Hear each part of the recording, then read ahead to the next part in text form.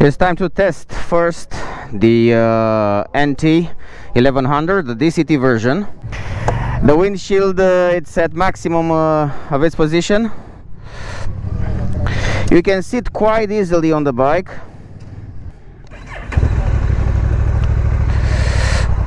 The exhaust sounds quite nicely. I'm on a S3 mode. Wow, but you sit on this bike like a boss. It's very comfortable. You feel a little bit the bike's weight, but man, it's really comfortable. The seat is quite comfortable.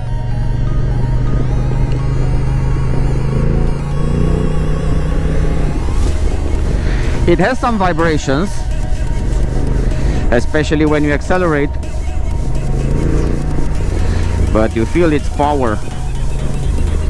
The brakes, they react instantly.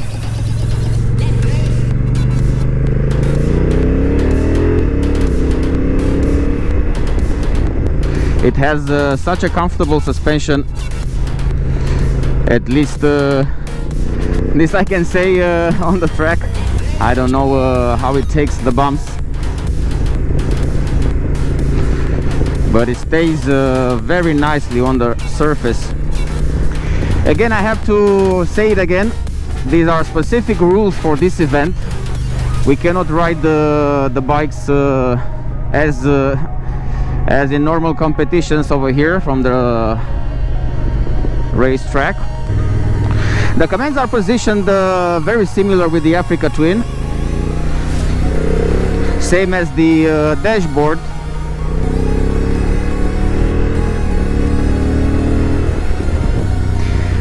From what I'm standing now, so the handlebar needs to be a little bit higher. At least this is my feeling, my first feeling. They're quite low. They force you to lean in front. If I compare it with the Africa Twin handlebars, these are lower than Africa Twin.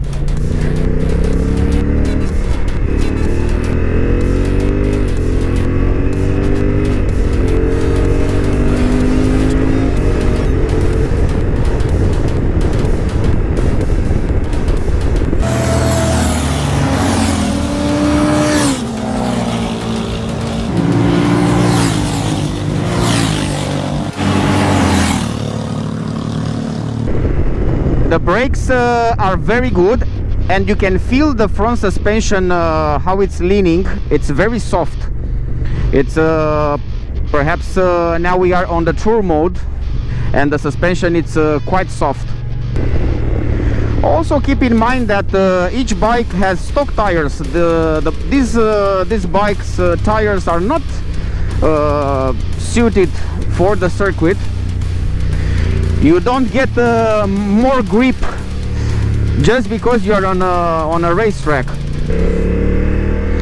This bike, I don't see it as a manual, considering that this is a touring bike, and it's more lean to the comfort. I think it adds quite a lot of comfort, this DCT gearbox, especially this refined DCT from the 2022 models. The wind protection is perfect. I wasn't expecting anything less. Keep in mind that you have also this side wind protection.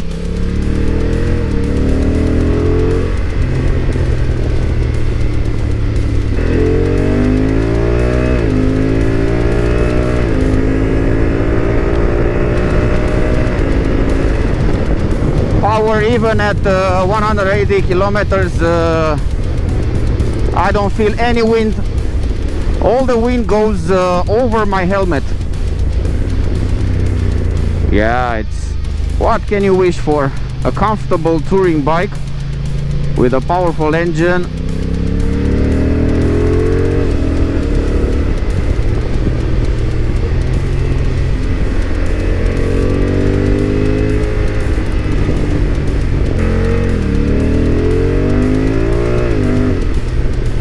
and it shifts so fast, man. I mean, in a second you are in the 4th, 5th gear. In just a second it switches unbelievably fast.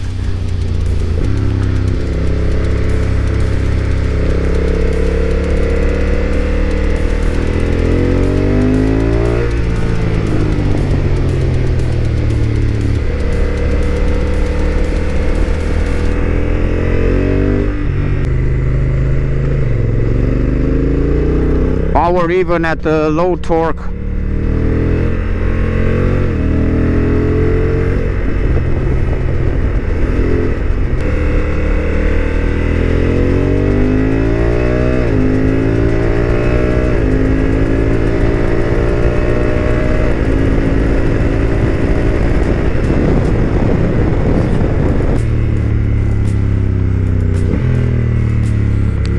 The downshifting doesn't pull you back or forward. It's quite easily done.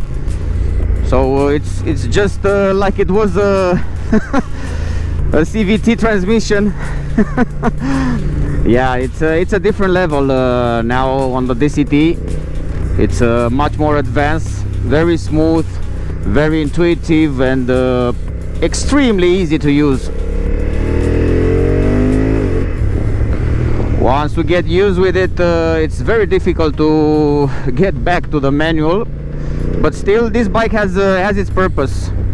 It's designed to ride. It's designed to make you ride it in a most comfortable way, in a most possible comfortable way.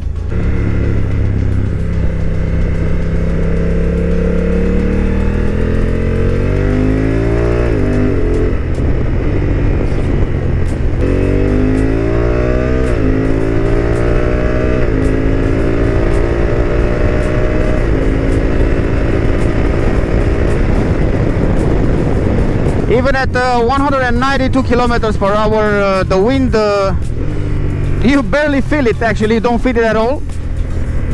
That's wind protection. This is what I call the wind protection.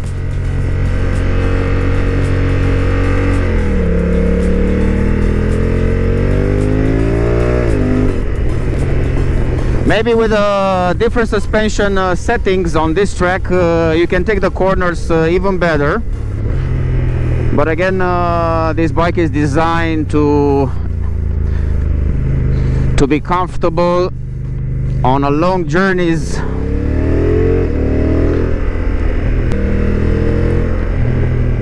NT1100, Honda's new Tourer 2022.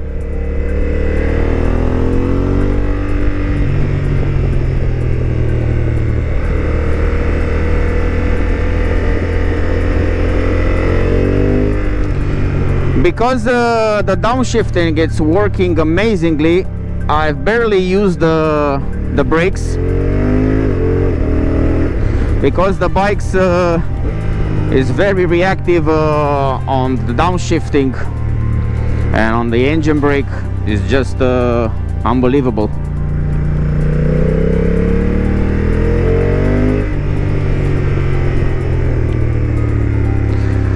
As you can probably see, it doesn't downshift 100% when you want, because it needs to achieve a certain revs.